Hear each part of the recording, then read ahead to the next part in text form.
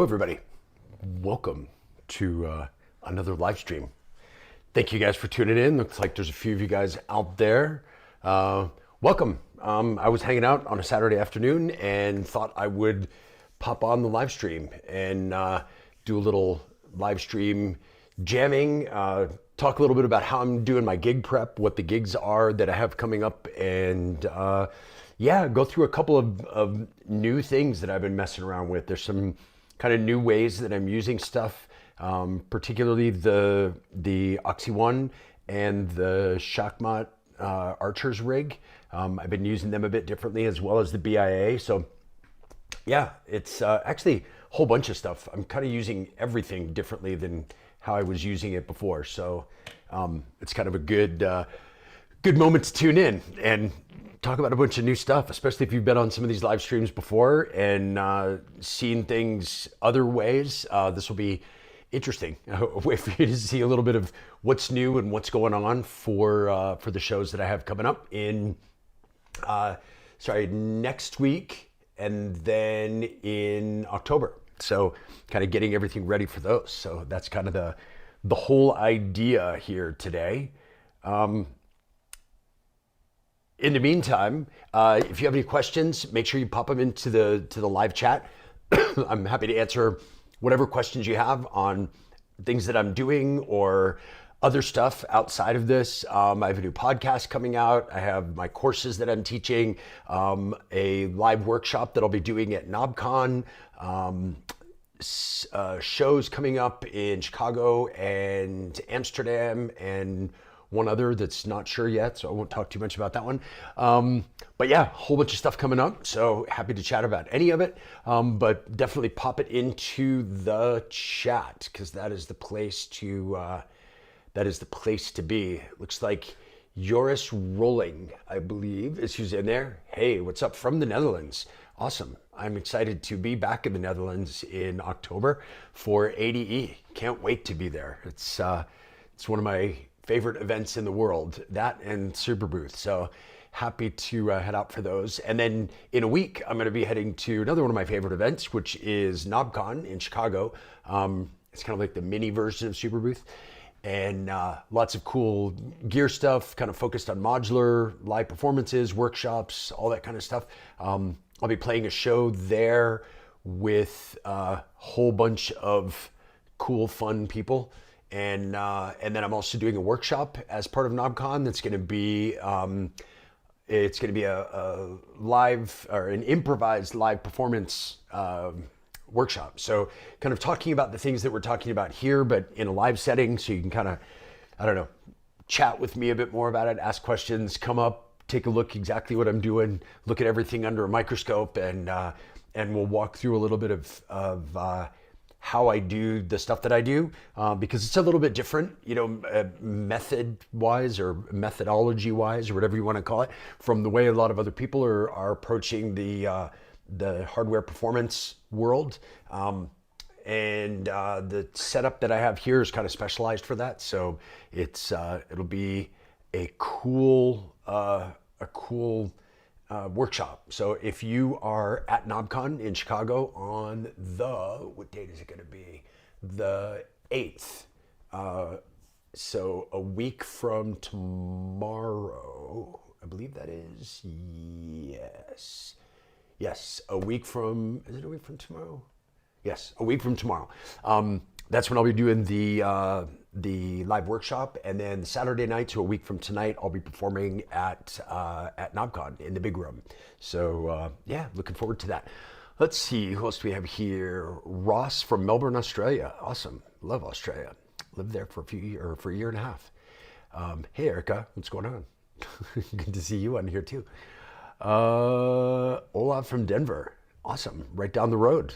I am also from the Denver area, so it's good to see some of the locals popping on here.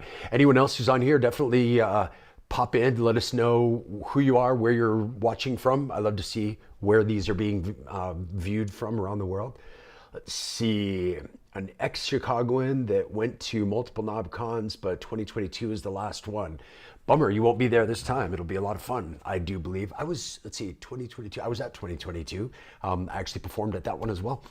So yeah, if you're going to be in Chicago coming up next weekend, definitely head on over to KnobCon. It's a lot of fun. Tons of gear, nerdy type people. All my fellow synth YouTube nerds and live performance friends and all that stuff will be there. So that'll be a ton of fun. And yeah, it's a chance to kind of play around with gear that you may be thinking about buying. It's good. You can go up to the booths and you can kind of get hands-on with stuff and get the lowdown on everything from the people that make it, which is a lot of fun. So I'm looking forward to that.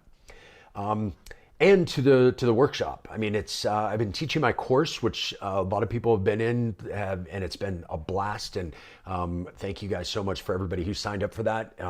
It's been I think people have been getting a ton out of it from what they've been telling me back, and which is great because I'd love to kind of share this and it kind of get everybody else kind of hooked in and excited about doing the same kind of stuff. So should be. If you're interested in doing that, there's a link in the description of the video. You can go to circlelive.com/courses and sign up. The next one begins next week. It goes live on the 5th of September and it's for a month. And then you have unlimited access after that to the video course as well. So you can go back and watch whatever you want. But it's a lot of fun and it's an intense course. Gives you a lot of information on exactly what we're doing here, like the idea of improvised live performance. And it's for all levels. It's for people if you've got gear and you're not quite sure what to do with it and you'd like to get to the point where you can perform live, or maybe you're performing live and you want to do a bit more improvisation in your performances, or you use hardware for production and you'd like to scoot it over to doing something live, or maybe you're a DJ and you want to start to incorporate some live gear into your performances as a DJ. For all those people, the course kind of applies. So if you're interested in that, go ahead and sign up for this next session. This will be the last one until the winter. So if you're on the fence about doing it, now's the time to sign up.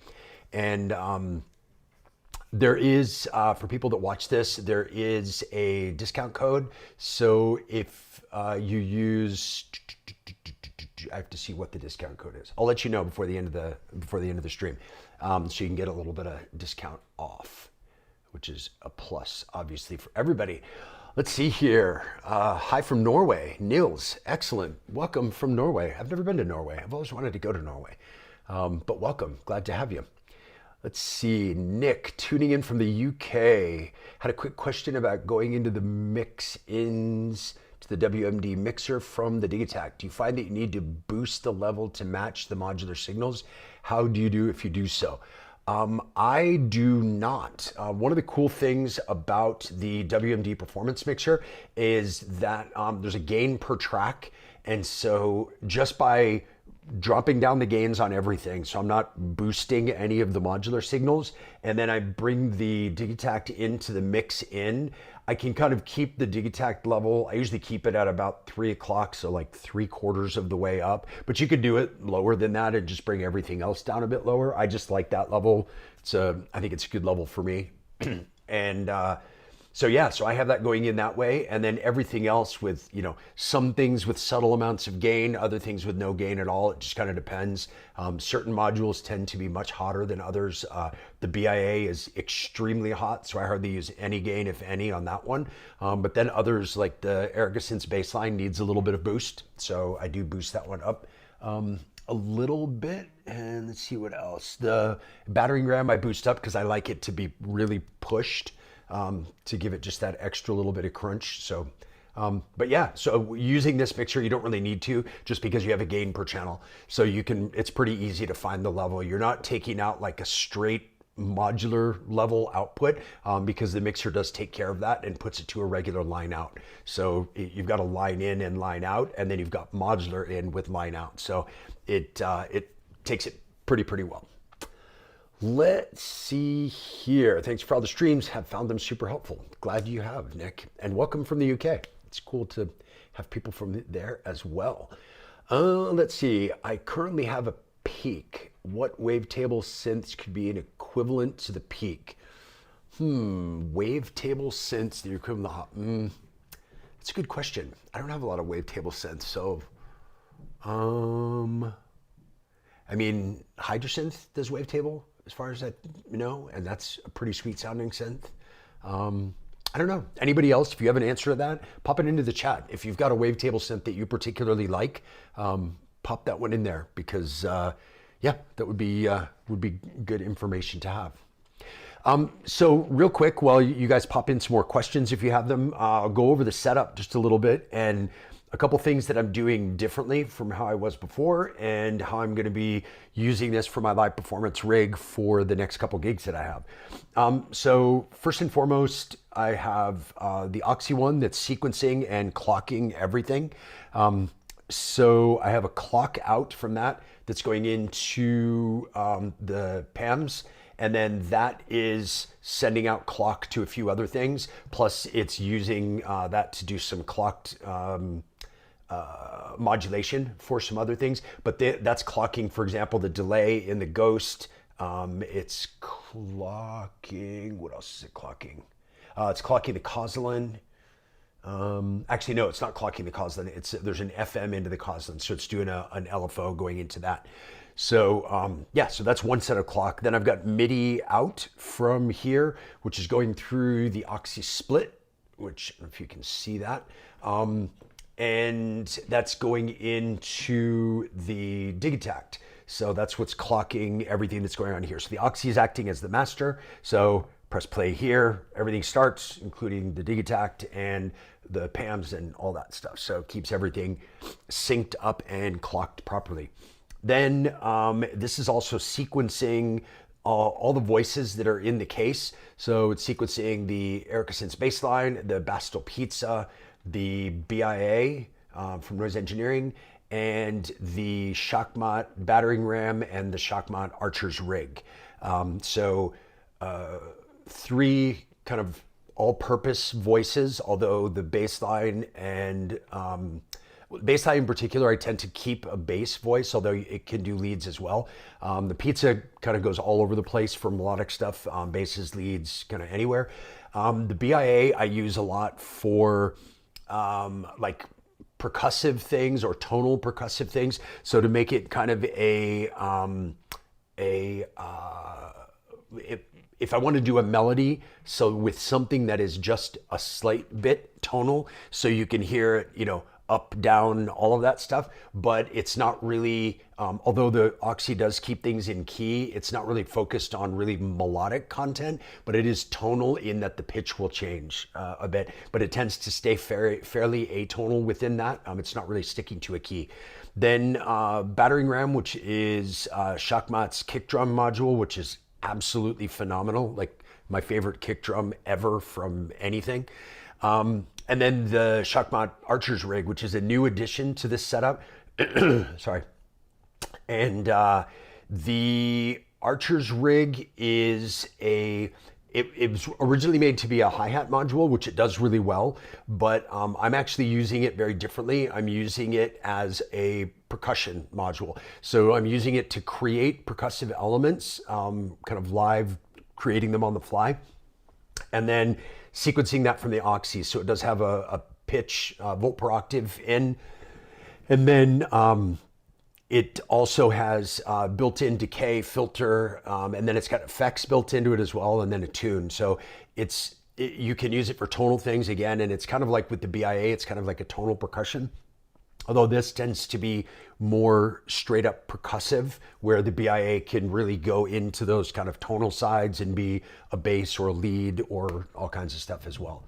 And then those are all going into the mixer here. The Digitact is also going into the mixer, as I mentioned before, on the mix in, and then everything goes out on the master out to the Analog Heat Plus effects, which you can't see. It's underneath my picture over there.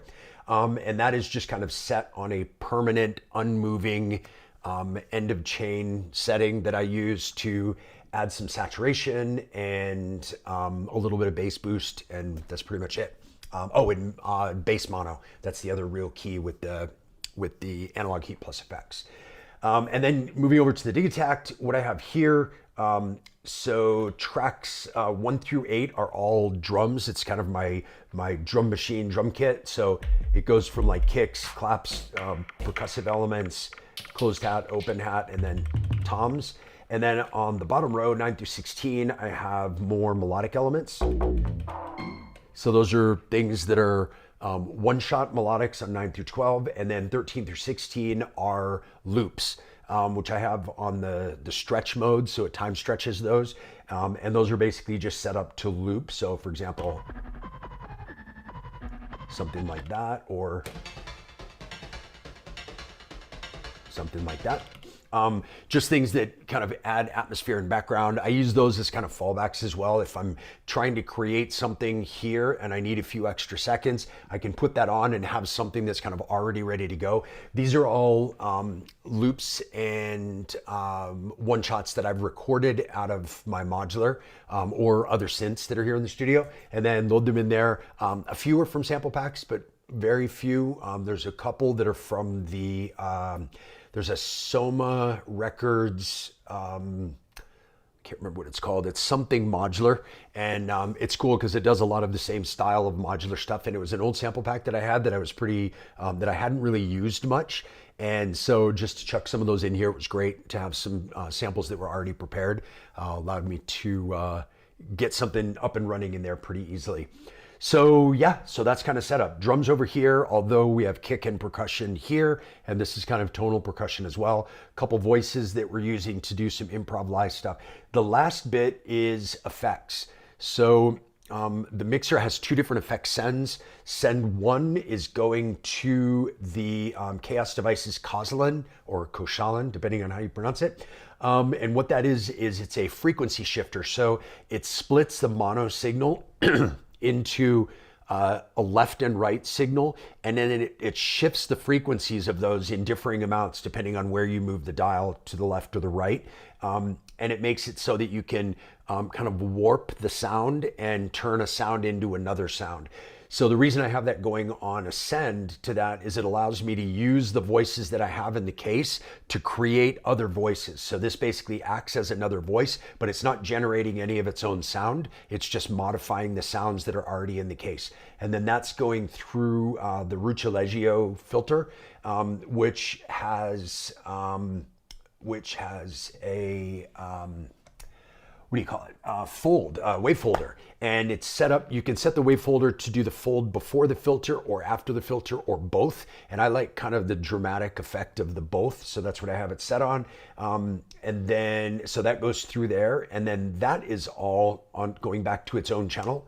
And then the second send, which is on all of the tracks as a second send, including the Kozalin, is going to the Endorphins Ghost, which is right up here. So that's a multi-effects unit, delay, reverb, high pass, low pass filter, distortion, overdrive, compressor. Yeah, all in one unit. So they're all going through that as a send, and that kind of adds kind of an atmospheric wash to things. And so I use that to kind of fill out the frequency spectrum and kind of do a foundation of all the sound in the background. So that's the Ghost. Then other effects that we have here, the effects aid, the Archer's rig is going through that so that I can use just delay or reverb if I want just on that effect. I can use that kind of pre-mixer and then still send it through the other stuff. And then the other big effect that I have is right over here, which is the Oxy Instruments Meta, and that is a performance effects unit. So if you're familiar with the DJ mixer, it's kind of like having all your DJ mixer effects in one unit here. So you have high pass, low pass filter, there's a riser, space is different types of reverb. There's a delay, there's a looper, which is kind of a glitchy beat repeat style looper. There is a gate, which also has a built-in snare roll, so you could do one or the other of those. And then there's like a kill switch. And this is clocked, like I said, from the PAMs, so the delays are clocked. And when you turn the control knob, it gives you different even divisions of certain effects. So if you're on a loop, it will divide the loop in equal amounts, or if you're on the gates or the snare roll, it will speed them up by kind of fixed amounts. So yeah, so that's what that one is. And then you've got up here the wet dry knob, or kind of the amount knob. So if it's like, for example, on the filter, if you're at 12 o'clock, there's no filter happening. If you move to the right, it's going to be a high pass. You move to the left, it'll be low pass. So it gives you kind of all the effects that you would need for a live performance to do build-ups and breakdowns, and kind of help you mix things in and out from one another, adding, you know, dramatic effects and all of that stuff, but in a really small module. So yeah, and that's on the master send from the mixer, on master send and return. So it does all of that, including the dig attack, because that's going into the mix pre-master send. So this master effect here, the meta, affects all of the sound, including what's coming out of the dig attack. And then it comes back in, and then it goes out to the heat plus effects. So it's kind of the setup. And then yeah, I'll go to a few questions, and then we'll talk a little bit about how I'm using this to build tracks, and I'll show you around a couple of the different modules that I'm using in a bit of a different way. So let's see here. Nina, yeah, that's a good synth idea. Saw the video of the Oxy one used as a Bitwig controller. Yes, it can be used. It's got USB-C out right here, which can also be in if you want to use it to it's where you charge it as well. But yeah, with the USB out, it could be a Bitwig controller. It can be an Ableton controller. I actually have one, my original Oxy one that I got a long time ago, the kind of bluish gray with the white buttons I have over there, and that's kind of for my studio. And that is, I use that to sequence Ableton, just because I'm not a big fan of the sequencers in Ableton, and I prefer having the control of this, and I've gotten much faster and more comfortable on this. So having this for Ableton is really powerful, or Bitwig or Logic or whatever you're using, because you've got the hands-on control of a really versatile hardware sequencer, but then you've got all of the benefits of being in the box and being able to use basically any synth that's ever even imagined. So it's pretty cool. Let's see. Proto Buffer, I'm guessing. Hi, how's it going? Could you talk about the frequency and this foundation you mentioned? Sure. So basically, we'll just kind of get something started. So the way the Koslin is set up is I have all of these channels that are sending. I have them sending pre-fader. So the only thing that determines how much is going to any of the sends is the aux send amount, and not the fader. So I can bring up the Koslin, which you won't hear anything now because there's nothing going. But for example, let's listen, for example, just the Erica Synths bass line. That's this sequence if you look at the Oxy one. Okay. So if I send that to the Koslin pre-fader, I don't need to move the fader up. So I don't need any of the original dry signal. So I can send that.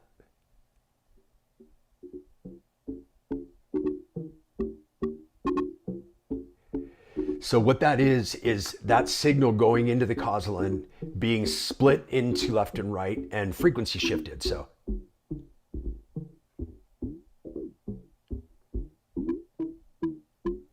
now it's also going through a filter. That's why you're hearing it kind of muffled. So if I open up the filter a bit,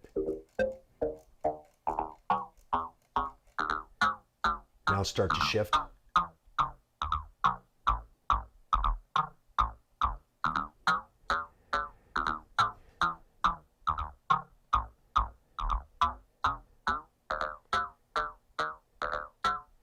So you can see from one really simple pattern, you can get a lot of variation in tone without having to have a lot of preset modulation. So it gives it, it's really easy to just do a quick turn of the knob and you've got a different sound, especially when you're going through a filter that's as dramatic as this one is.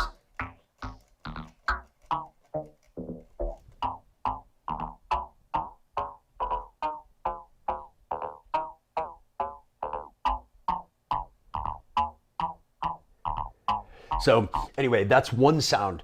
But what's really interesting with having the Koslin on a send means that I can mix sounds going to that. So for example, that was my Erica Synths bass line.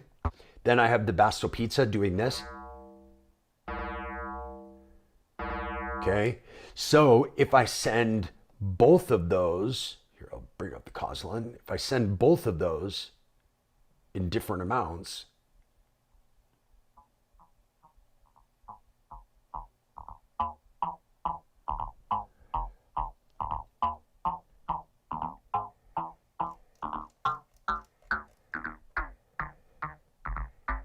oh, sorry, I have to have the pizza on the same send.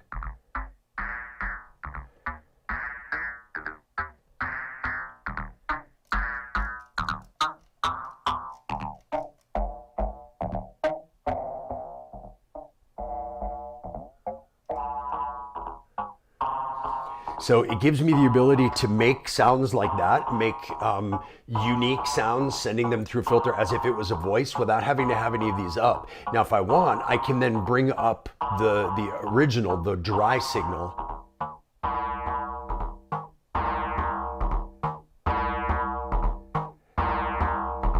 So it gives me a fuller sound with those two on their dry signal plus the fully affected signal. Now, if I start to bend the frequency with the dry in here, you'll hear how they'll kind of move away from each other. So.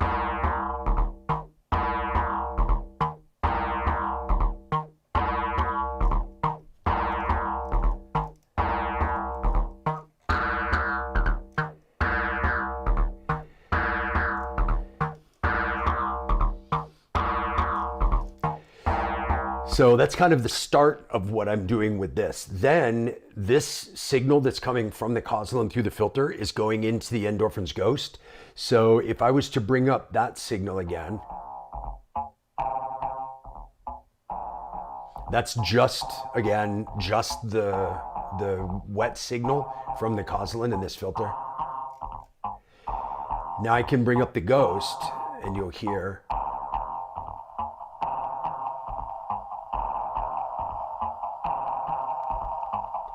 And with the Ghost, with the way the filter works, if you add some resonance to it and you start to sweep the filter, that resonant peak will pick out some of the cool harmonics from this, and it sounds like you're getting a whole new voice.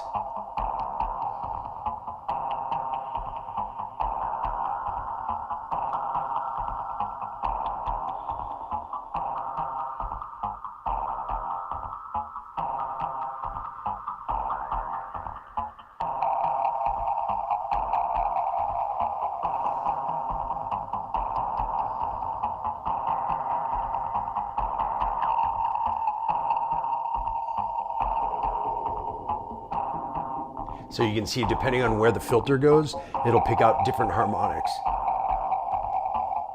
And because it's coming back on its own return, I have control over the volume of that one as well. And this is coming out pre-fader from the, post-fader from the Cosline. So that one has to be up in order for this to come out of it.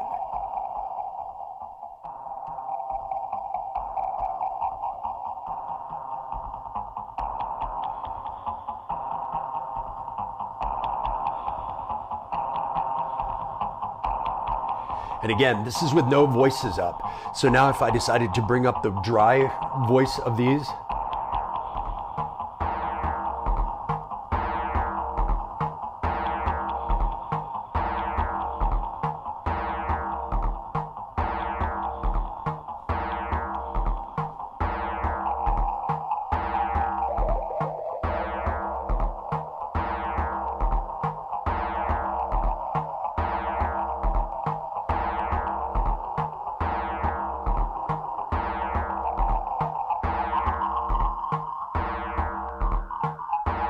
so you can see how it kind of creates that kind of foundational floor of sound in the background. So it's like it took the place in my setup. I used to have a 1010 black box, and I had a bunch of atmospheres recorded that were kind of like random kind of tonal staticky sounds or crowd noises, or I had one that was like recorded in a train station of like people walking and talking in a big reverby room. So I would use that as kind of a foundational sound to kind of help fill out the sound spectrum while I was performing live.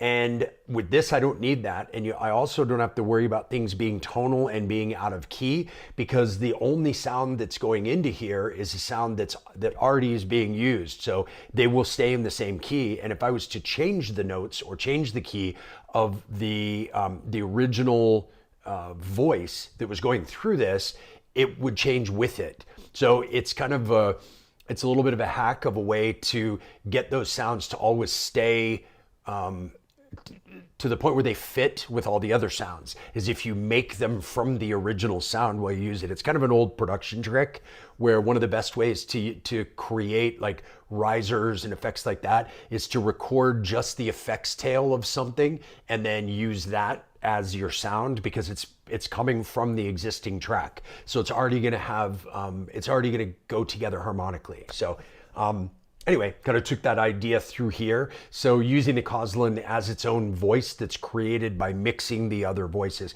And because it's all in a send, I can send anything to it. So like right now, that was a couple of bass things, but if I was to send like, I don't know, like the kick drum to it.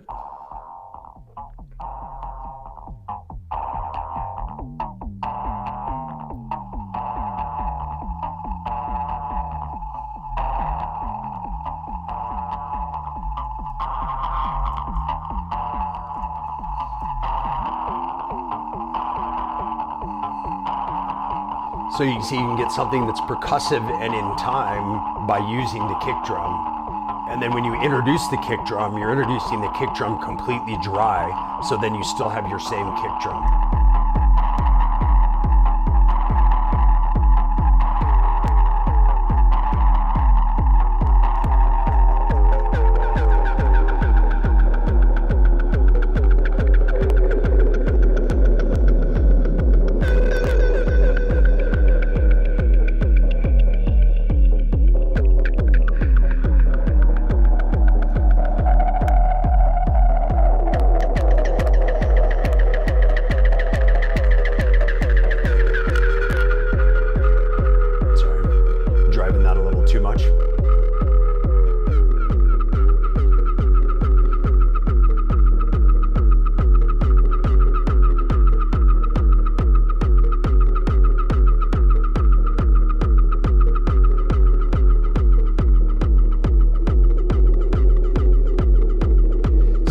This is with none of the voices actually up. So there's none of the dry voice signals except for the kick drum. Everything else is just the processed signal.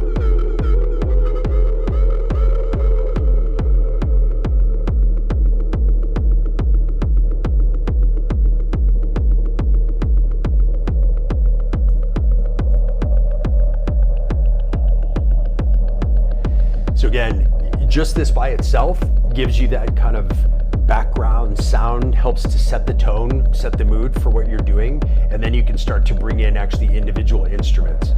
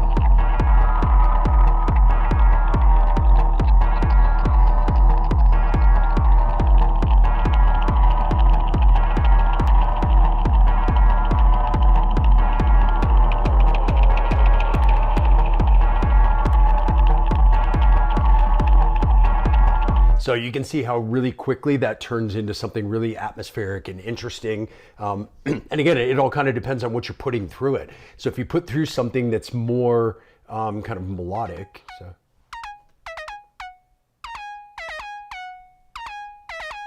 so like that's coming from the BIA.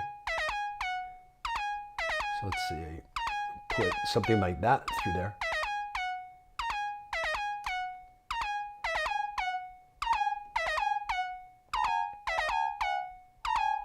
And then put it through the ghost.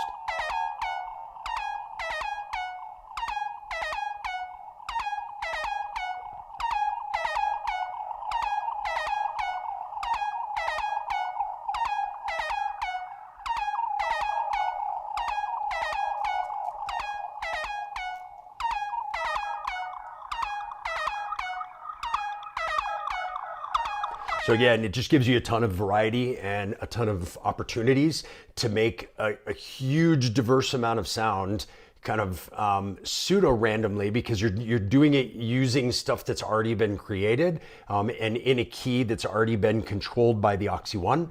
But at the same time, the way these things interact with each other is all kind of out, up in the air. You never know what's going to happen. You never know how it's going to work together. So it just makes it a lot of fun to do it this way, because you can really experiment around while you're playing live. And then that can sound a bit like a bit of a cluster when you're doing it that way. But if that's in the background and then you're doing other things that are more in the foreground, like if you're bringing to the foreground more kind of straightforward, like drum elements, for example.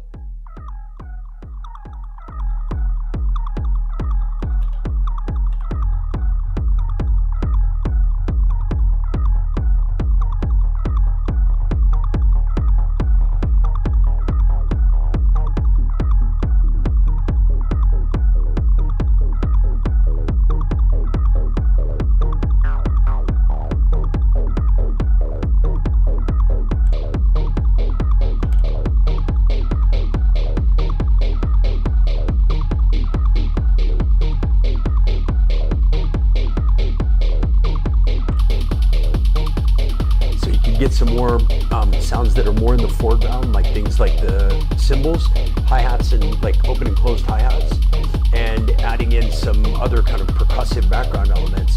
But then you keep your kind of big washy sounds more in the background. Really adding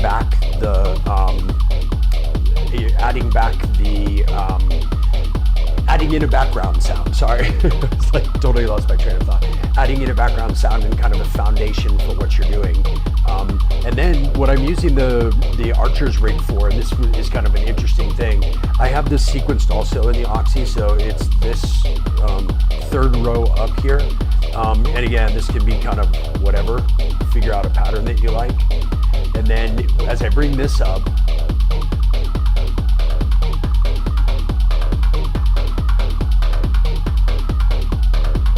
then I can open up the decay.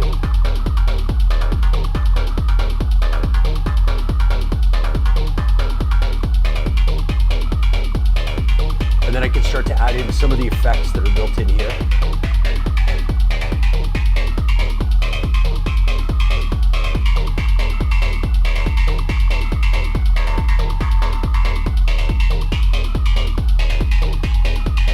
Now, what's cool is I can add that through the Cosland by sending it to one of the sends, or I can put it on the other send and bypass the Cosland and send it directly into the Ghost.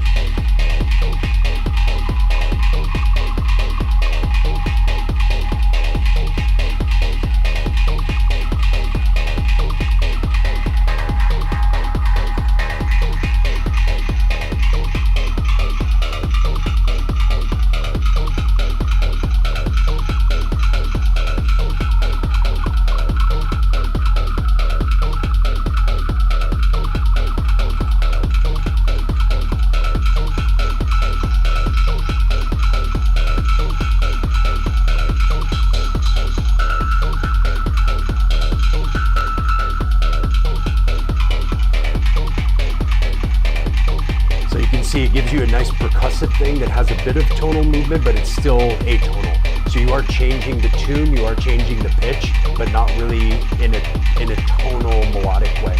And being able to send that through effects is a whole other thing.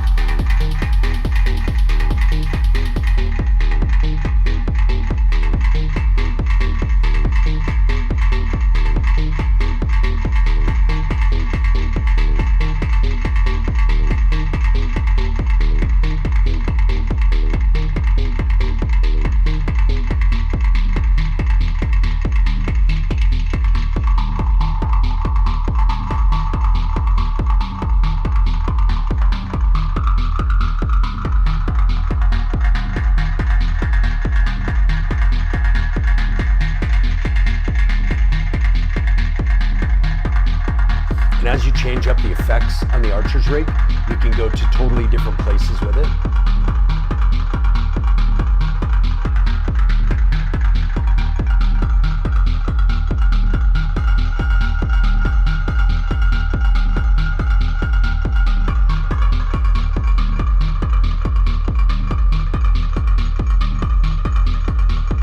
Now if I pull off some of that, the effects, so these are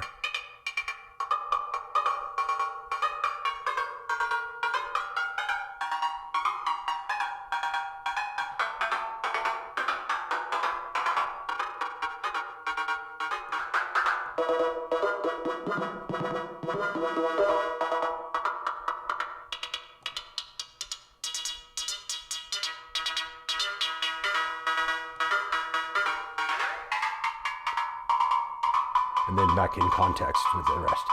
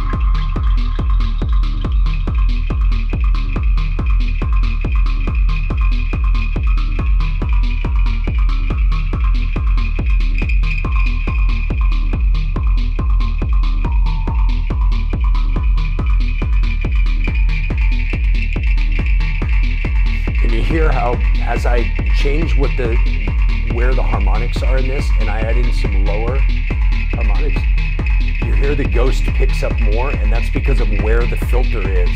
So as I move the filter, now it's at a higher spot, and if I move these up,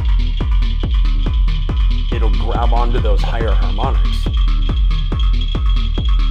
So what ends up being really cool with the system is that you have kind of an infinite number of sounds, and you can make the sounds interact in different ways by feeding different things into the frequency shifter and by feeding different things into the ghost. And those two things really, depending on what's going into them from a pitch standpoint, a wave folded or, kind of harmonically rich tone standpoint, whatever's going into them, that will change dramatically what comes out of them.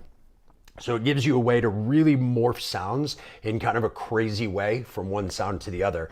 And then there's other sounds that I keep relatively sane. So like the sounds that I have in the Digitact, I tend to keep them fairly sane. And that's why I don't have it on its own channel and then going through the frequency shifter and whatever, because I want to keep these as kind of my clean foundational sounds. And it's kind of the same with the kick. I don't generally send the kick through either of the effects, but you can. That's why I sent it through there that way. But generally, I try to keep the kick and my drums and percussion pretty clean, and anything that I have recorded over here as loops. And then I use this really to make sounds with sounds, use the voices and combine them together in different ways to send them through the other effects and to kind of make other sounds come out the other end. So anyway, that's the frequency shifting and that kind of foundational pad sound that you were asking about. Let me know if that kind of covers what you were asking. Let's see, Joris is the one that had that. So yeah, let me know if that covered it. Would you recommend Oxy or Push 3? Totally different. It's like apples and oranges. Oxy is a dedicated sequencer, doesn't make any of its own sounds, can sequence all kinds of other instruments, but it's dedicated to sequencing. And it's about $700, I think, more or less. The Push 3, which I also do have right over there, that is a controller for Ableton. It is a freestanding DAW in a box. It has all kinds of synths built in, sampling ability, sample editing capabilities, song arranging capabilities, live performance capabilities, unlimited tracks, unlimited effects, unlimited sounds, all of that stuff. And it's about 4.5 times the price of the Oxy. So totally apples and oranges. Now, if you're just talking about the sequencer part, the sequencer in the Push 3 is basically the sequencers that you find in Ableton. So if you load in a sequencer from Ableton, if you load in a Max for Live sequencer, those sequencers are way weaker than the Oxy, which is why I use the Oxy to sequence Ableton. Even though Ableton is a full-on DAW, they have not done a good job with their sequencer interfaces. And so they don't have any that are really kind of intuitively easy to control and that provide the kind of controlled randomness that I like. And then you have something like the Oxy that does all that in a hardware form. So it really allows you to play it like an instrument and then have it control the sound generating parts of the instruments. So yeah, so Push 3 and Oxy are kind of apples and oranges. I actually use both together because they're good for different things. Let's see, tuning in from Colorado Springs. Awesome, right down the road. Live shows are awesome. Sweet, glad to have you, man. Glad to have you. Let's see, do you switch the modules between performance and studio case, or do you have the modules twice? I actually don't have, I have a couple of doubles of modules, but it's like random things like a filter, like the Vil Ruina filter that I have here. I have a second one because I used to have two in my case. So now one is in my studio case and one is here. But in general, no, I'll move things around rather than having doubles. That said, there are four of the modules that I have in here. I should say five. Actually, there's a lot of modules in here that I would like a double of. More specifically, though, the battering ram and the Koslin, I would like to have those kind of also in my other case, just because I use them so much and they're kind of so important to what I do, and it's a pain to move them back and forth. But I do have it set up so that I can just move this case over to where my other one is, and I can cross patch things. So I don't necessarily need to take this apart and put them into the other case to be able to use them. I'm waiting for the Mark II, a beta version of the Mark II of the W&D Performance Mixer, and then that's going to be going into my case, my studio case. That is one thing that I do move back and forth, is the mixer, which is kind of a pain. And so, yeah, I'm excited to have that set up in there so I can do that. And with some of the new functionality of it, I'll be able to multi-track out of my studio modular rather than having to do one track at a time. So that will save a lot of time with producing. So yes, so I do move them back and forth when needed. Let's see here. Wave folding entire voices and drum sounds that are also frequency shifted. That works for you? I find simple waveforms, wave folded, get best results. Yeah, I mean, it all kind of depends on the sound you're going for, really. As you just kind of heard, for the sound that I'm looking for out of that particular part of this case, it works because I'm looking for kind of extreme, very harmonically rich and kind of unclear, if that makes sense, sounds. I want them to be kind of a wash of atmosphere in the background. So for me, that works really well. There's also, if I don't put things through very much of the ghost, and like, for example, if I was to just send stuff, so if I have like,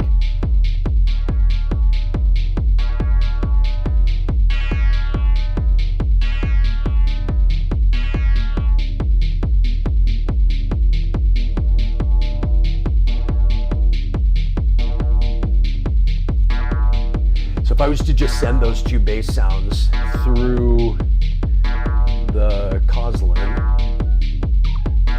oops, take these out as well.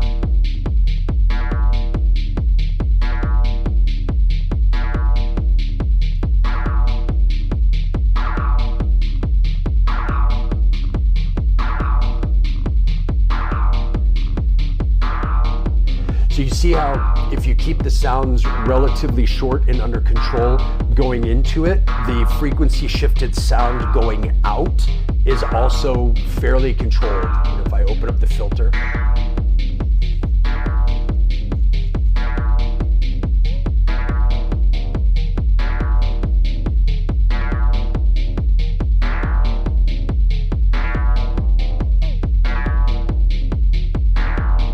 so you hear how that's how it frequency shifts, but it's not like super wild out of control. Where you get the wildness is putting it through the ghost. So if I start to bring that up,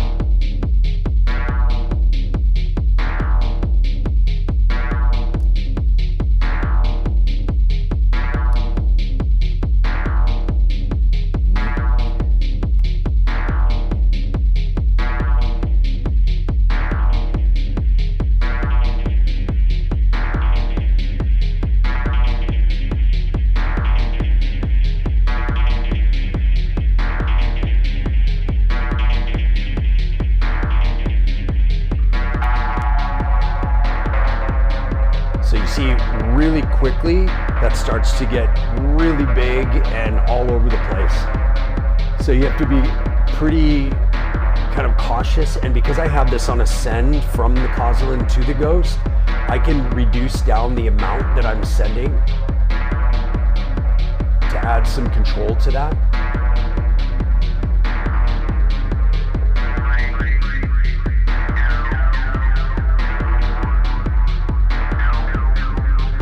And that's just, that sound you're hearing is just me moving the filter up and down.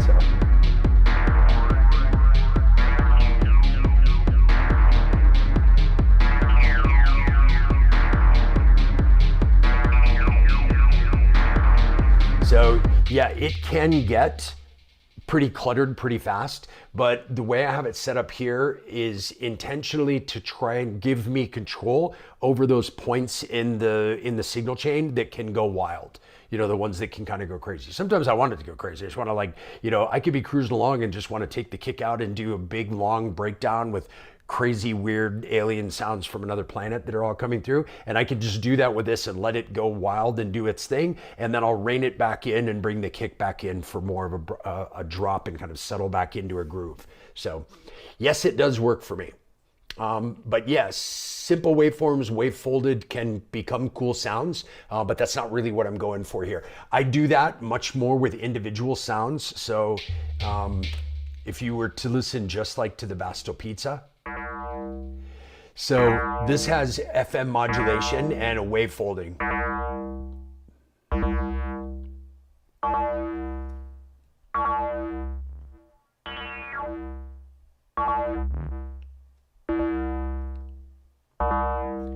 So I can do that within the module itself to get those kind of sounds.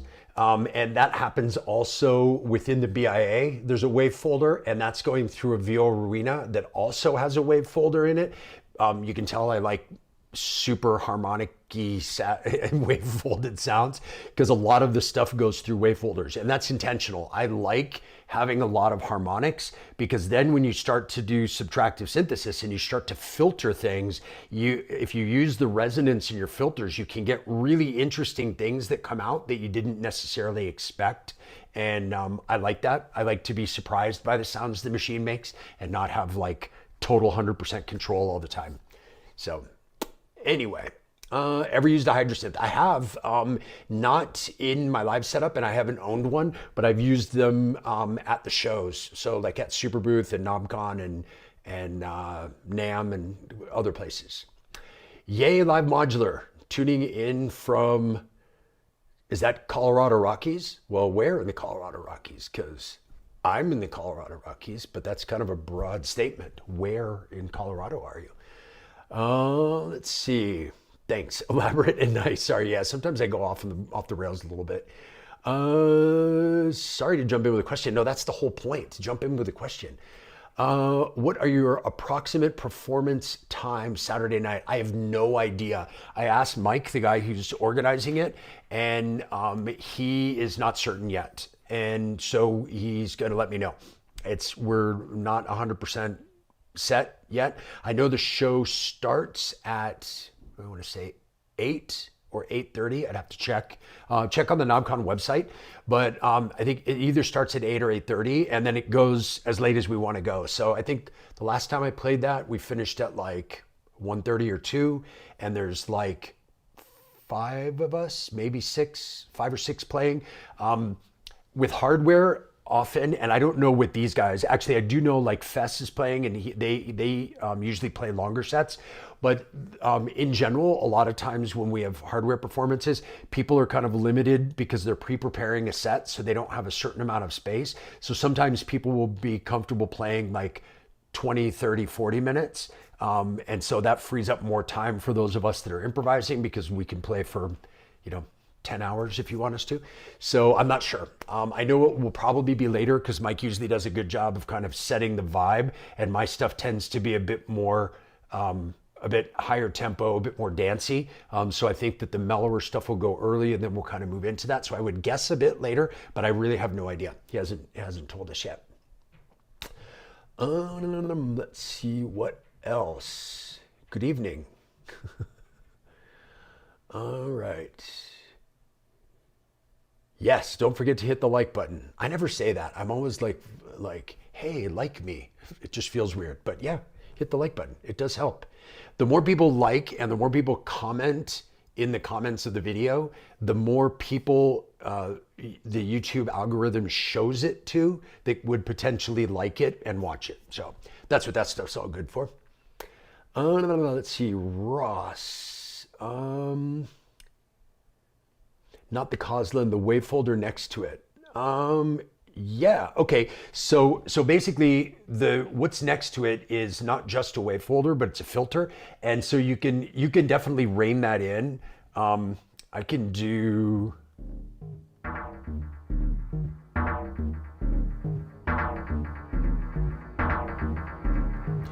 so I have it set to wavefold before and after the filter, but if I bring that back so that it's just pre,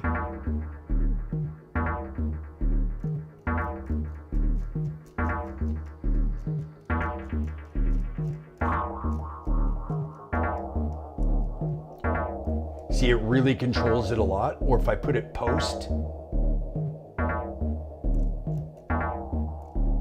so it's sending the already filtered signal through the wavefolder. I like the both because I like it to be more aggressive and interesting. So I hit the all, which is this.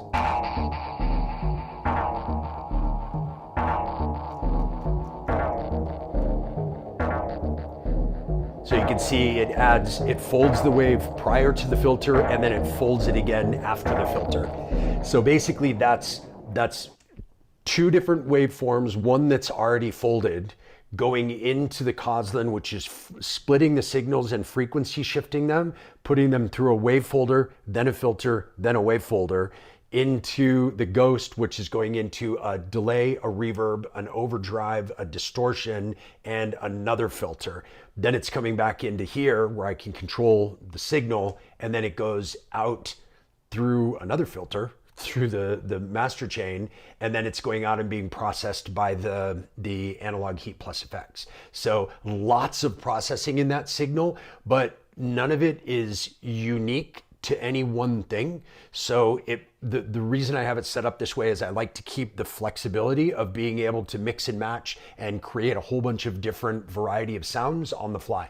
So it is possible, like you saw, to just flip that switch and tame the sound if I choose to do that in a show. But I tend to like that one to be kind of messy, and I'll keep the other ones a bit cleaner, so that'll create that wash, and then I can put the cleaner ones more in the forefront, and so it puts more of the emphasis on those sounds, and this one just becomes more of an atmospheric. So that is that part.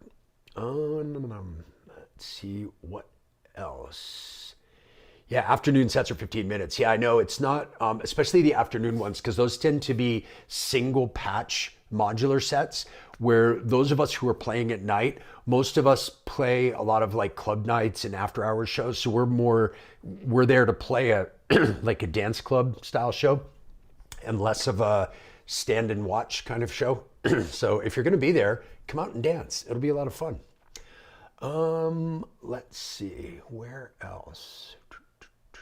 Afternoon abstract at NobCon. I think that's shorter than usual, but that's like the 8 of us on the program. Oh, cool, you're playing that one. I didn't realize you were playing that as well. I hadn't really looked at the schedule for that one. I think Brian's playing that one. Is he? Can't remember. But yeah, I look forward to it.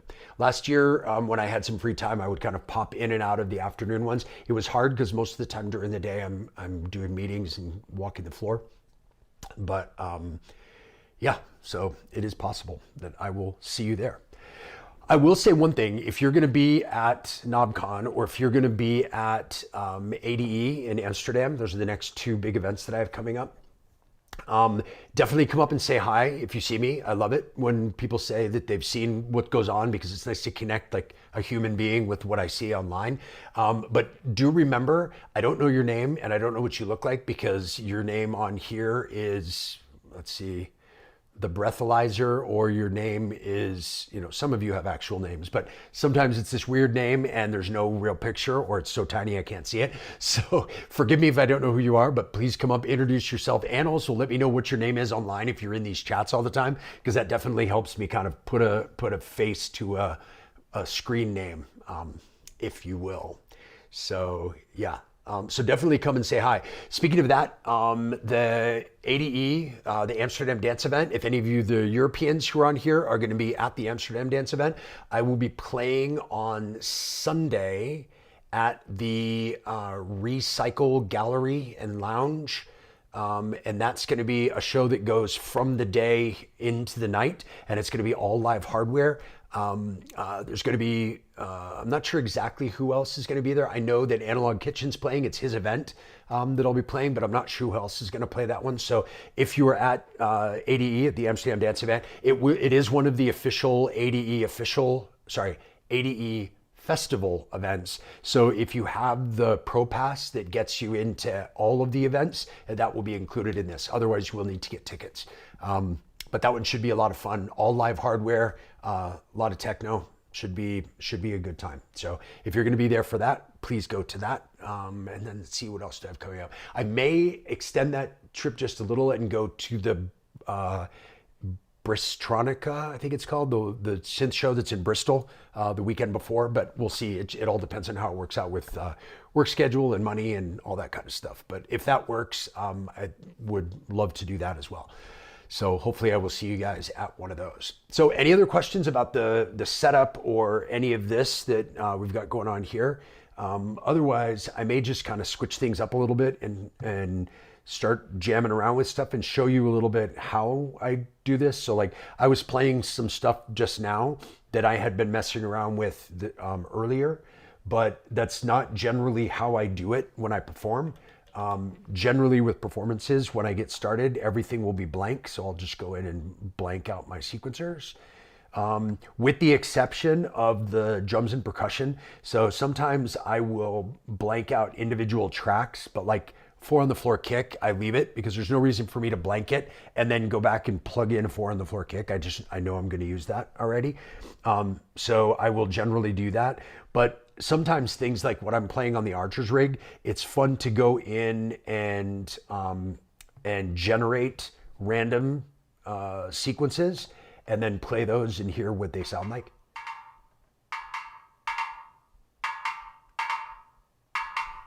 Sometimes they're not super interesting.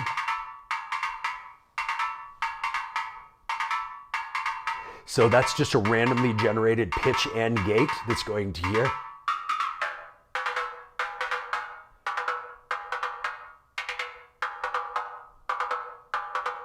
So again, something random like that the machines generate, and that allows me to kind of start building a track. So over here, I use these low toms as kind of a way to build out my kick drum. So I'll use the main kick here, and instead of using a rumble, I'll use some low toms, or I have another kick sample over here.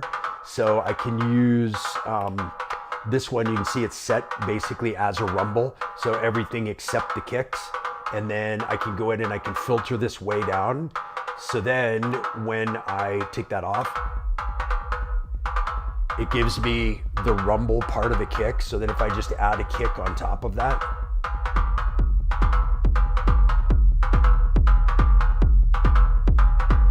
and because it's separate from the kick, it gives me the ability to go in and actually change the sound of what I'm using in that kind of rumble section. So I can filter it back up a little if I want more of that. I can add more resonance. I can go into the effects.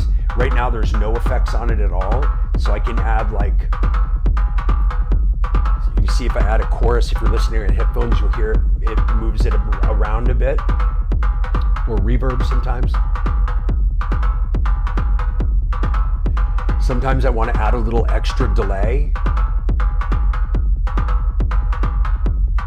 but sometimes that stacks up and it's not quite exactly the sound I want. So anyway, you have the ability to do that. You can also overdrive it. You can do sample rate reduction. You can add bit reduction. So there's a lot of stuff that you can do to these sounds within here if you're not using it here. So again, with the Archer's rig, now I can send this on its own to the Ghost.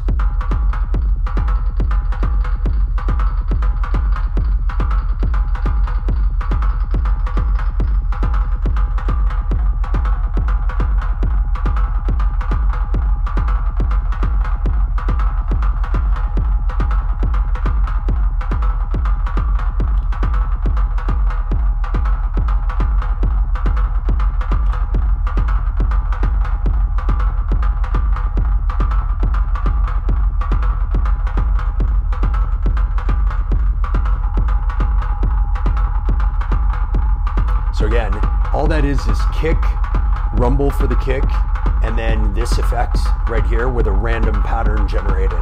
So this is how, what I'll talk about a lot in the workshop that I'm going to do at KnobCon is the fact that this is set up to improvise. Everything that's in here is in here because it lends itself to improvisation and making stuff up. So like, for example, you hear that sound that's the higher percussive sound. Anything that's not the kick or the rumble is coming from here. So now with just a twist of a knob, I can completely change up that sound that's coming out of this, that's then going through the Ghost, which will change up the effect that comes out there. So if I just change one setting,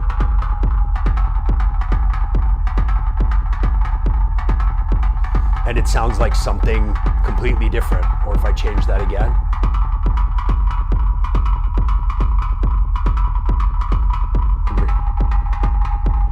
and then again, going through the Ghost, wherever that resonance is, will pick up different harmonics.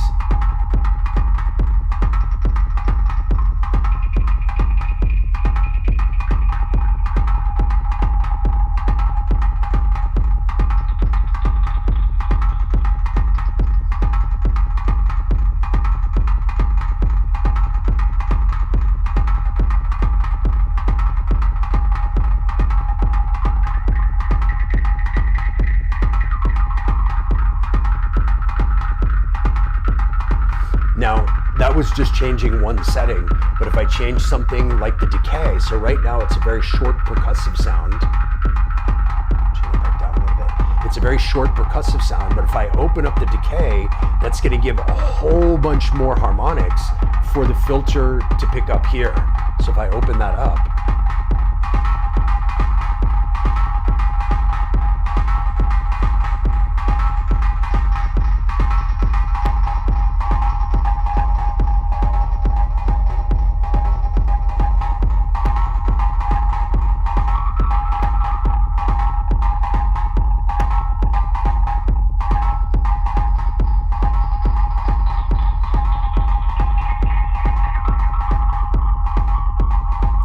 filter those.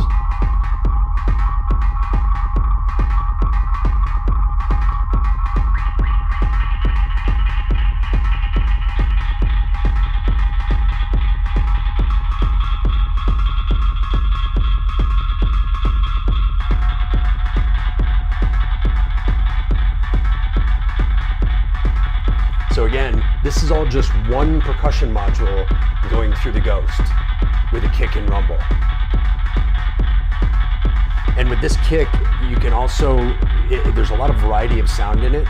So if I want this kick to come out and be more punchy,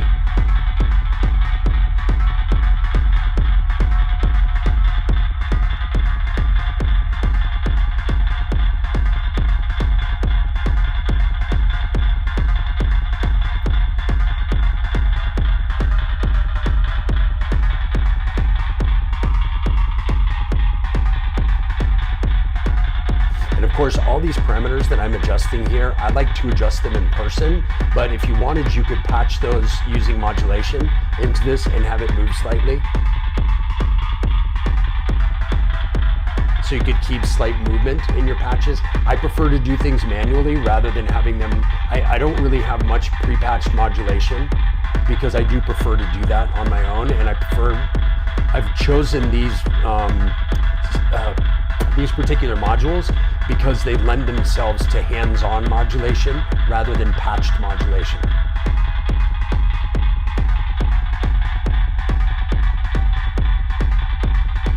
And again, over here we've got more of those clean sounds.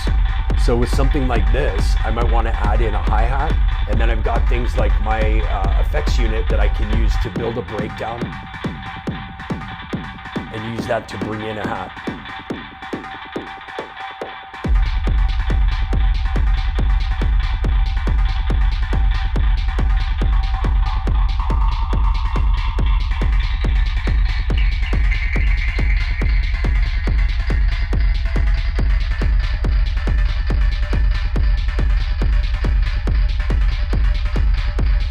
Now, if we say we wanted to put a bass line in here, I can go back to one of my bass synths. So let's use we use the Basta Pizza, and I'll just do something really simple. I like to keep my bass lines in techno to 8 steps. So rather than having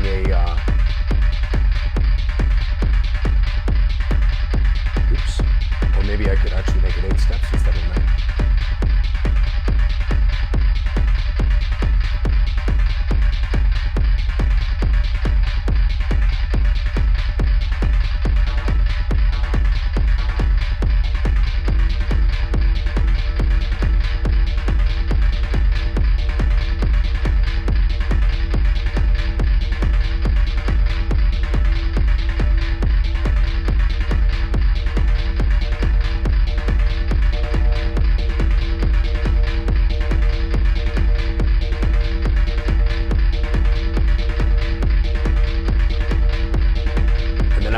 Before, you can do something where you start off by doing a break. You can take this down,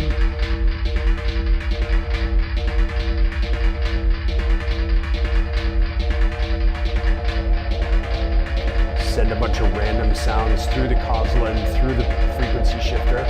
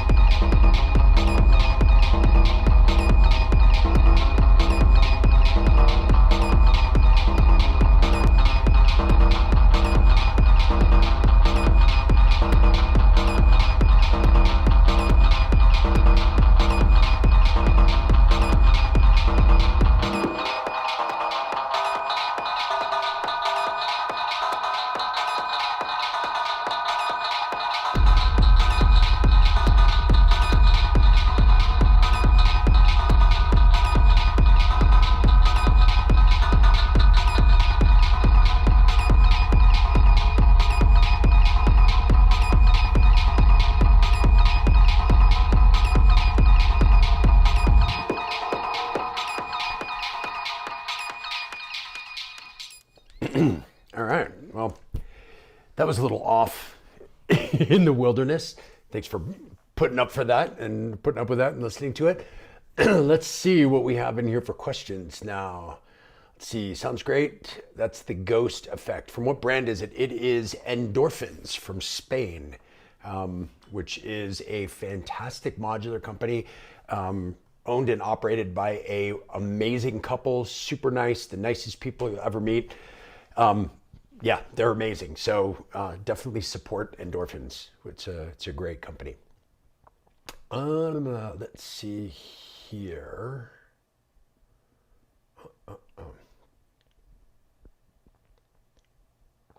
Where did we go? Oh, there we go. Okay. Where are we? I'm wondering if you massively repatch your modular during the gig.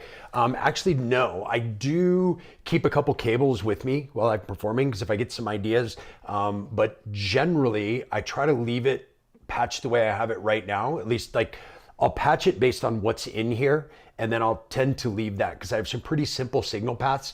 I don't use much kind of pre-patched modulation.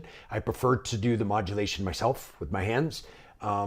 And so I don't patch a lot of that stuff, but if I get an idea, one of the things I do have in here with the Zadar and the PAMs is I have them set on just like the Zadar with some different LFOs, and the PAMs, if you look, you'll see the lights flashing at different amounts. So at different clock divisions, and I can just set that really quickly to an LFO or a gate or like a square wave LFO. And I can then just patch that into something if I get an idea of something that I'd rather have go on its own rather than playing with it myself. But in general, the vast majority of what I'm doing when I perform live, I'm doing myself with my hands, just because I enjoy it a lot more, basically. I don't like to kind of pre-patch stuff and then hit play and then stand back and watch the modular make the song that I set it up to make. For me, I would much rather go in and be constantly changing and adjusting things myself, because I never know ahead of time where it's going to go because it's all improvised. So I don't know ahead of time. So how could I know how I want to modulate it? So I would rather just modulate it on my own. So that's what I end up doing. Let's see, just bought the Overstay or Modular. Nice. Amazing for parallel compression, distortion on the master. Yeah, if that works with your sound, that is a good thing. I mean, basically, all of these modules. My favorite thing about modular is that you get to build your own instrument that you then get to play. So there is no right or wrong, and that's why I kind of like to walk through kind of what I'm doing, because it'll give you an idea of maybe a different way to use something. Like you might have one of these modules and you're not using it that way, or you might have something similar, and it'll give you an idea of how you can set things up in a different way to maybe try blending that with what you're already doing, and that'll take you off in a different direction than what you're doing and than what I'm doing. So that's the idea, is to try to make this, kind of collaborative and share the information. So, as Ricky always says, knowledge is power. So get all the information you can and then be like, oh, that's an idea, or oh, that sounds like crap, I'm not going to use that, or whatever. And that way you can come up with your own kind of new creative ways. This whole setup is a result of my experimentation of ideas that I came up with, and also ideas that I saw other people doing. So if their idea made a lot of sense to me, then I would be like, oh yeah, I want to try that out. That seems pretty cool. And then I would pop that in here and do some stuff with it. So yeah, it's always a combination of things you come up with on your own and other ideas that you get from other people. So happy to share that. And certain modules that may be good for you, or certain, effects processing that's good for you that's not good for me. As an example, and this is kind of where this came from, your example here, is having a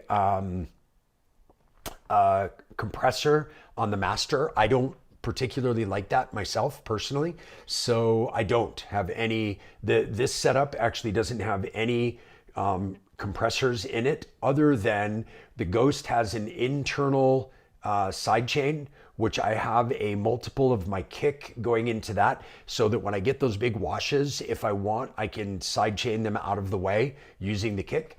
And then I also have a multiple of that kick going into one of the inputs on the Digitact to use as a side chain on the main of what's coming out of here. So that way, these voices don't have any side chaining or any compression on them. But the big wash does, so it allows me to move that out of the way of the kick. And this, because I have some of those looped samples, it will help me get those things out of the way of the kick if I want to. So that's kind of how I have those setups. But other than that, there's no compression on any of the channels, and there's no master compressor, because for me, for this type of music that I do and the way my sets go, a master compressor actually sounds worse than having no compressor. I would rather have all of the dynamic range that I get within my sets than putting a master compressor on it. I think, me personally, I think a master compressor is kind of a waste of time. And so I have one. I could use it from the Heat Plus effects, but it's switched off in there because I don't think a compressor on the master for a live set is a good idea. But that's me personally. So happy to chat more about that if you like, but rather than going off on a rant, I'll stop there, and it's probably boring a bunch of you anyway, so won't talk about it. It's me, Victor. Hey, Victor, what's going on? How's it going? Welcome. Glad to have you. Victor's another friend of mine from right here in Colorado. Let's see what else. Sounded great. Hey, Wabbit, what's going on? Wabbit's one of the alumni of my course that I was talking about earlier. Made some amazing improvements, and you should go check out his channel if you're interested in all things iPad and how that can work into a live setup. He does some really cool stuff. I've actually learned quite a bit from watching his videos on how to use the iPad with the Oxy One and things like that. So definitely check it out. Let's see, what else do we have going here? If you have any other questions, feel free to pop those into the chat. Questions about what you just saw or heard, or questions about how things are set up, or individual modules, or why I use certain things, or why I'm not using other things, or whatever. Happy to answer any of those questions. Chris has a Saturday Night Fever disco dancing emoji, which looks pretty cool. Let's see, where are we? Is it Re-Dios or Ri-Dios? Okay, hey, what are the main layers you use to make the live? Like what drums and synths? So kick is the battering ram, percussion is the Archer's rig, all my other drums are samples coming from the Digitact, and then voices that I have in my case, Erica Synth's bassline, Bastel Pizza, and the BIA from Noise Engineering, and then those are also running through on sends to the Coslin, which I can use to frequency shift them and blend them together and send them through the Ghost. And then the Ghost is multi-effects with all kinds of different effects in it that I use to get kind of these washed out cool sounds. Yeah, and that's the voices. And then in the Digitact, I have kind of regular drum sounds in here, which for some reason you can't hear right now. And then I have synth sounds on 9 through 12 and loops on 13 through 16. So I can use those all kind of mix and matched for different things. And then everything's controlled by the Oxy One. So that's all the voices and different kind of synths and layers. But it's really set up so that every one of them can do a lot of different things. I think that with the exception of the battering ram and my kind of standard drum sounds, everything else is really set up to be flexible and do a lot of different variations of different things. So it's not like I have, this is my lead voice, this is my bass voice. I used to do it like that, but I'd rather kind of switch things up. So that's why I like things like, for example, like the Bastel Pizza. Let's see, did I lose this?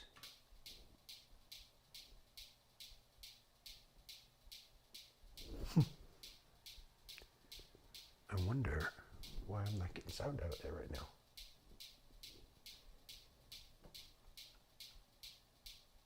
Interesting.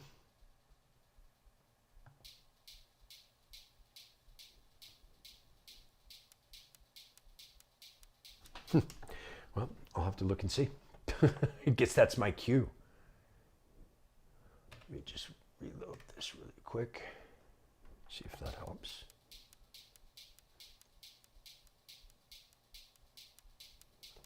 Signal is getting... Oh, I know why. Because I have my filter high passed. That's why. Always remember to check your filters. So basically being able to use individual sounds like, for example, the pizza. I like to be able to switch that up, and you can set the tuning knob to be an octave jump. And so I can make this go.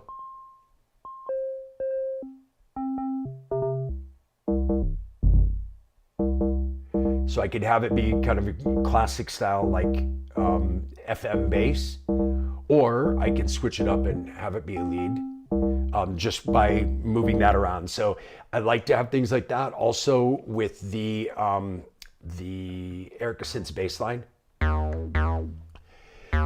This also has a detune. So I can kind of detune that like a super saw or a super square. And then it's also got a sub oscillator. So I can really change that up from leads to basses to, you know, more distorted sounds to kind of a cleaner bass sound or whatever. So the common theme is I like sounds or voices in my setup that have a lot of flexibility, that I can change them up and do a lot of different things with. So I'm not kind of stuck to one sound.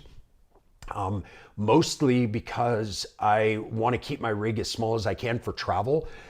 And so I don't want to go with more boxes or more gear. So I try to squeeze the most out of everything that I can fit in my case. If something doesn't have a lot of flexibility in it, I don't tend to put it in here. I would say with the exception of the battering ram, kind of. That has a ton of flexibility too, but just as a kick. So I could make this sound like a kind of a more mellow kick, something more standard, or I could really overdrive it. Then there's a second drive circuit on here.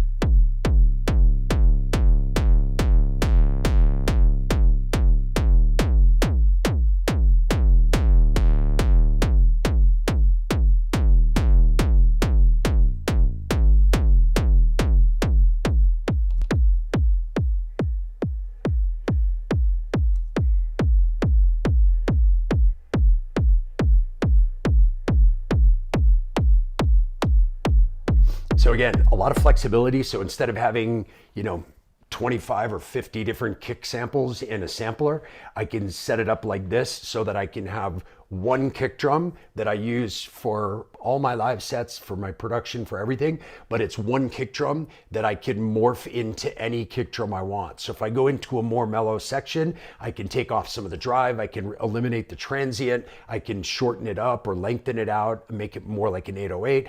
So all of those things allow me a ton of flexibility within one voice. And it's the same for all the other voices. They all have a ton of flexibility. I was showing the Archer's rig before. One that I didn't show was the BIA. So let's just do like a random pattern on the BIA. So you've got, you can shift from bass, alto to treble, and it jumps 2 octaves each time. Right, so you can jump.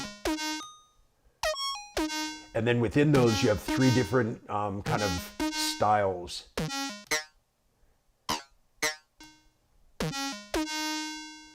And then you also have a wave selector. So you can select whatever wave you want, and then you can fold that wave.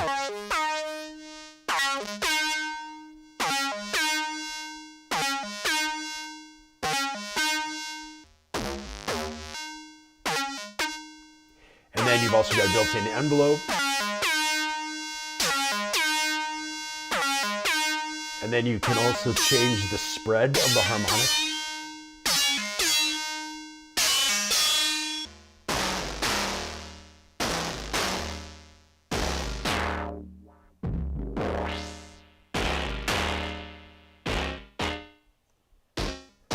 So you can get really tonal stuff, or you can shift it up. And if you just want it to be a,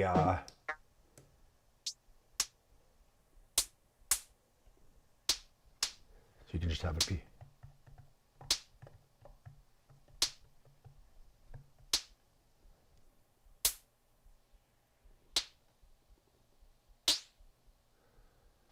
Weird.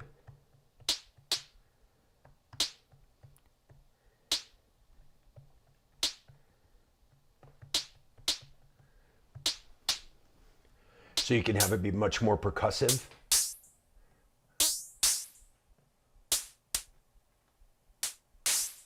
So anyway, every module has a ton of flexibility, and that's kind of the whole point of everything that's in the setup, is to make sure that it all has the maximum amount of options for me. So that way I don't need a huge, massive case with each voice patched a really specific way. So I only maybe use it one time during the show because I don't want to change it. And then I switch to another voice and then another voice. That's another way to do it.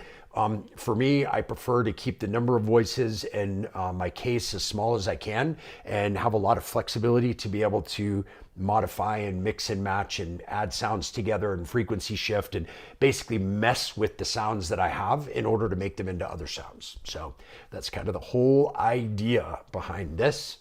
Let's see, what else? What am I using the ZR for? Actually, right now, nothing. If you look, it's not even patched. But I have it in case I have something that I want to do. Like if I have extra space in a case, I will always add in something that can be a modulation source. And so that way, if I get an idea in a show, I can just quickly patch it to whatever I want to use it for. Or if I'm playing right now and I'm like, oh, you know what, that sound would be great, I might patch it now and just kind of leave it if it's something that I want to mess around with for later. I am thinking about taking that out though and adding in another voice just to have some more flexibility. I may add the oxychoral back in because that gives me eight different voices that I can use at the same time. It's polyphonic and multi-timbral. And so I may put that one back in, but I have to shuffle some things around if I do that. And so I haven't decided yet, but I may do it, may not. So we'll see. So this may be different the next time you see this setup. Anyway, I wanted to real quick talk about my course. The last session of the course before winter is going to be starting next week. It goes for a month, but then you get ongoing access to all the videos. The course is 8 sections of videos there's a total of a little over 50 videos, and broken down into 8 sections. There's 8 group coaching classes that we do via Zoom, one for each section throughout the 4 weeks of the course, so twice a week. Those are recorded, so if you don't get to make it, you can still watch them anytime you want. Then everybody that's in the course gets a one-on-one session, an hour-long session that you can book. We do whatever you want. And then you can send me up to a 10-minute video of you performing live each week, and I'll send you feedback via email. So it's a lot of fun. There's some people here in the chat who have been in the course, so you can ask them what they thought of it. But it's a lot of fun. You learn a lot all about improvised live performance, so that way you don't have to spend your whole life looking through YouTube trying to find the video that talks about what you want. It's a system that takes you through from start to finish, starts with the basics, builds up through everything that you kind of need to explore in order to do this, and sets you up in a place where you can practice on your own and learn a ton of stuff. Just by what you've built on from this foundation. So if you want to check that out, I will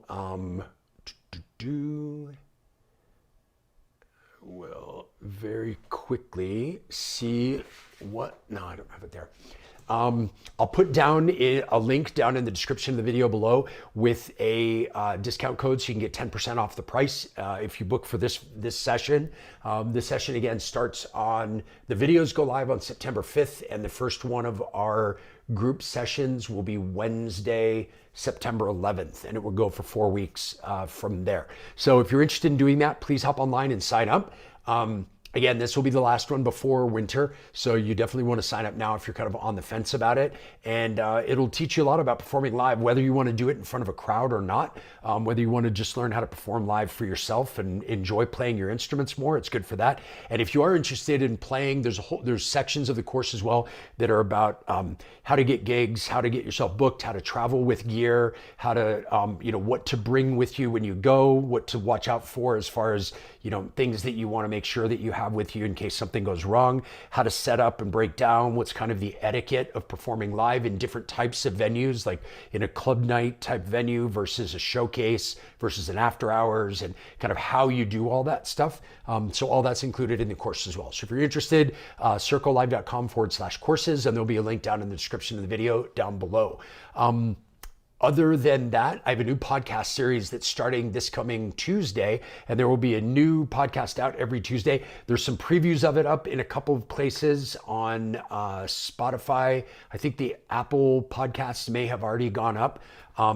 But the first episode is up for you guys to check out on there. It's with a good friend of mine, Jason Timothy, who wrote a great book that is called The Mental Game of Electronic Music Production. And we talked all about like how to overcome writer's block, how to practice finishing songs, and all of that stuff. It's a great interview.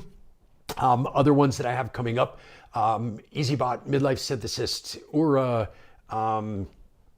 Analog Kitchen, the Joost de Velmer, who's the former CEO of Electron and former VP of Product Development for Native Instruments. He's going to be coming on as well.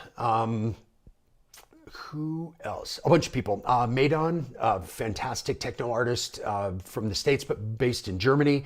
She's going to talk about being a touring artist, and she's a resident at Tresor in Berlin. We're going to talk all about that. Travarsi is going to come on, so a whole bunch. It'll be a ton of fun. So definitely check those out.